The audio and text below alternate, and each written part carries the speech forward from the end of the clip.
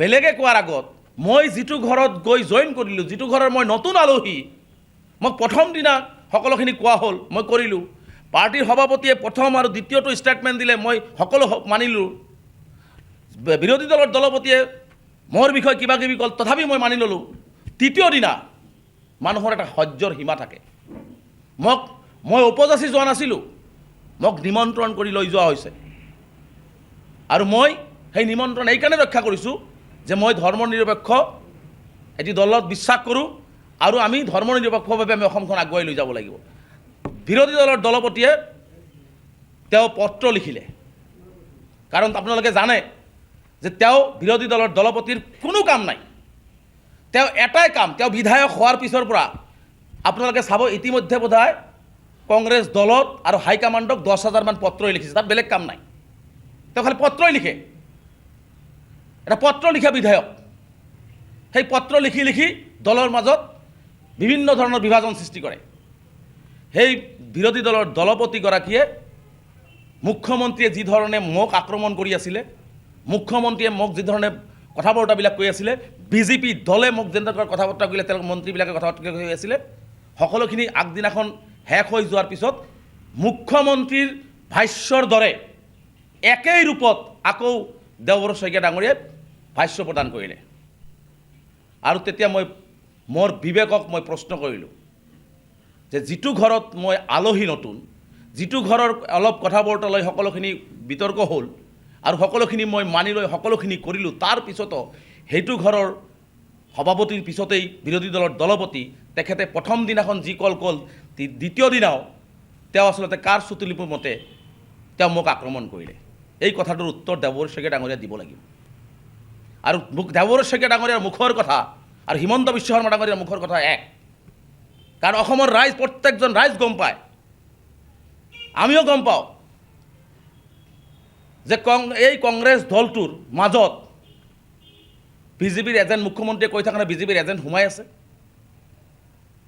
গতিকে সেই বিজেপিৰ এজেণ্ট সোমাই আছে, কাৰণ এতিয়া মই কালি যেতিয়া দ্বিতীয় দিনা দেওবৰ শইকীয়া বক্তব্য দিলে, তেতিয়া মই গম পাই গ'লোঁ যে দেওবৰ শইকীয়া সম্পূৰ্ণ মুখ্যমন্ত্ৰীৰ চতুলিপি মতে মোক দ্বিতীয়বাৰৰ কাৰণে আক্ৰমণ কৰিলে।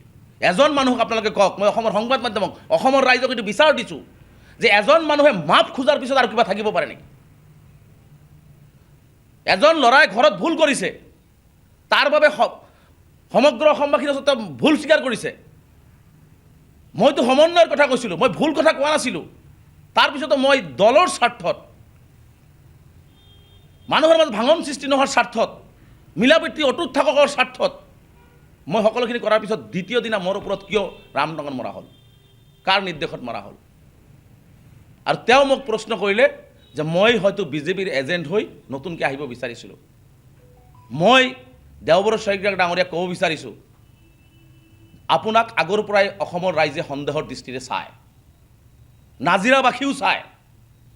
কাৰণ বিধানসভাৰ মজিয়াত আপোনাৰ যি পাৰফৰ্মেঞ্চ, মুখ্যমন্ত্ৰীয়ে যেতিয়া আপোনাৰ দলৰ মানুহক আক্ৰমণ কৰে, তেতিয়া আপোনাৰ যি নীৰৱতা, সেইটো কি সূচায়, এইটো অসমবাসী ৰাইজে বুজি নাপায়।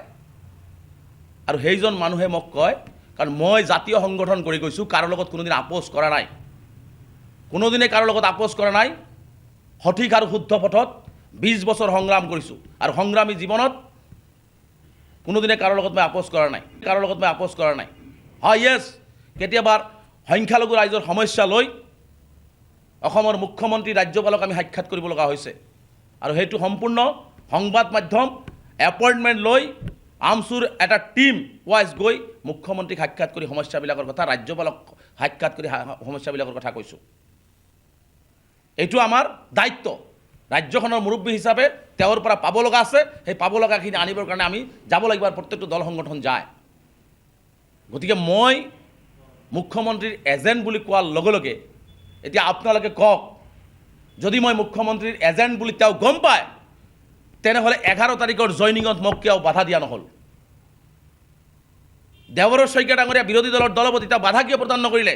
দলৰ সভাপতিক পত্ৰ পিছদিনাখন 2 দিন পিছত লিখিব পাৰে, 2 দিন আগত কিয় তেওঁ লিখিব নোৱাৰিলে?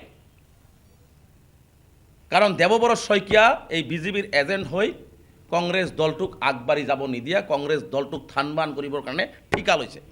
স্পষ্ট কথা, ঠিকা লৈছে তেওঁ। কাৰণ দেৱবৰ শইকীয়া ডাঙৰীয়াই যি ধৰণে বক্তব্যবিলাক দি আছে পাৰ্টিৰ মাজত কথাবিলাক বেলেগ ফালে যায়, তেওঁৰ কথাবিলাক বেলেগ ফালে যায়। পাৰ্টিয়ে এটা কথা কয়, তেওঁ বেলেগ এটা কথা কয়।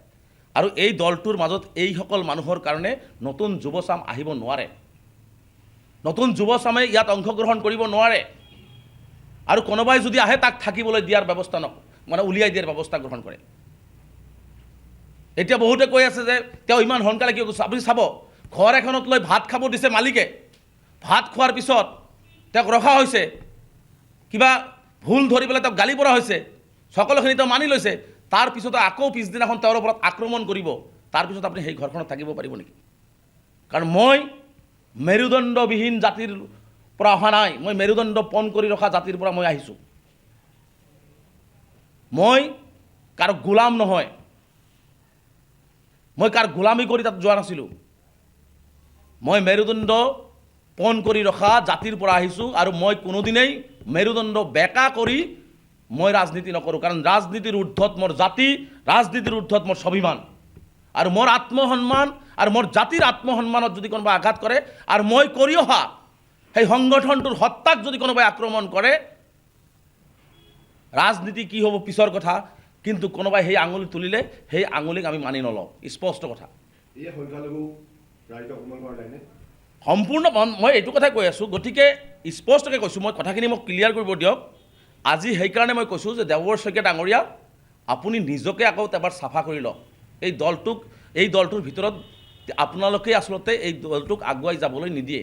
আমি যিহেতু অসমখনত বিজেপিক বিতৰণ কৰিব বিচাৰিছোঁ, মুখ্যমন্ত্ৰী হিমন্ত বিশ্ব শৰ্মাক মুখ্যমন্ত্ৰীৰ চকীৰ পৰা আঁতৰাব বিচাৰিছোঁ, আৰু আপুনি লেঠা লগাই সেই দলৰ শ্ৰুতলিপিৰ মতে কাম কৰি দলটোৰ মাজত ভাঙন সৃষ্টি কৰি আছে। গতিকে এই কথা বৰ্তাবিলাকে আচলতে স্পষ্টকৈ বুজা যায় যে আচলতে কংগ্ৰেছ দলটোক আগুৱাই যাবলৈ দিব নিবিচাৰে। তেওঁ মোৰ আৰু এটা প্ৰশ্ন উত্থাপন কৰিছে, মই ক'ব লাগিব যে মোৰ কি অৱদান আছে।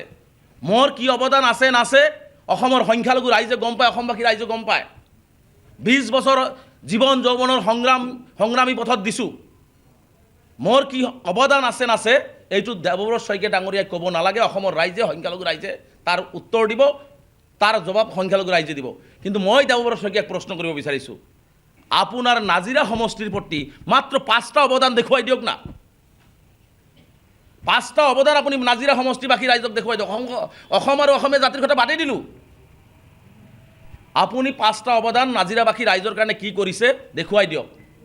এতিয়া নাজিৰাৰ অৱস্থাটো বেয়া।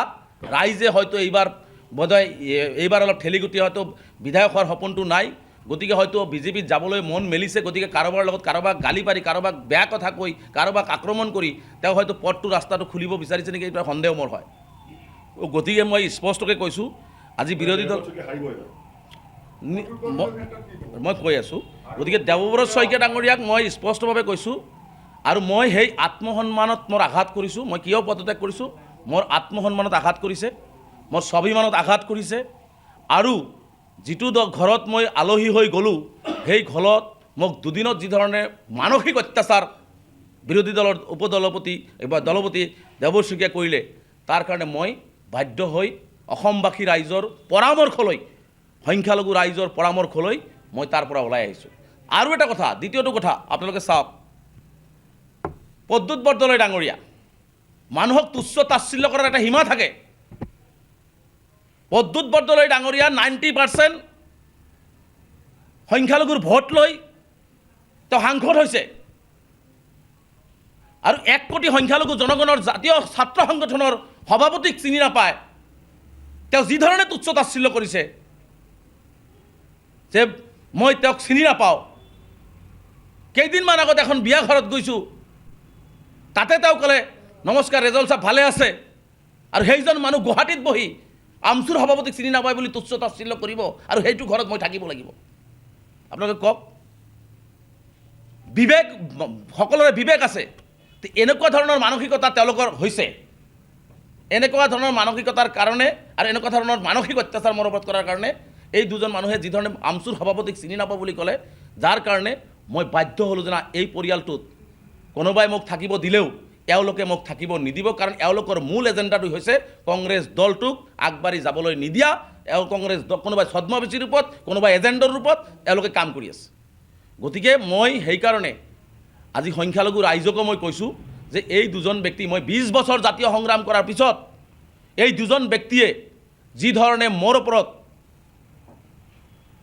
অপযশ জাপি দি মোক মানসিকভাৱে অত্যাচাৰ কৰিলে, মোক ভাল পোৱা মানুহখিনিক তেওঁলোকে যি ধৰণে আঘাত দিলে, মোক সহায় কৰা মানুহখিনিক যি ধৰণে আঘাত দিলে, তাৰ বিচাৰো মই এই দুজন ব্যক্তিৰ বিচাৰো মই সংখ্যালঘু ৰাইজক ওচৰত এৰিছোঁ।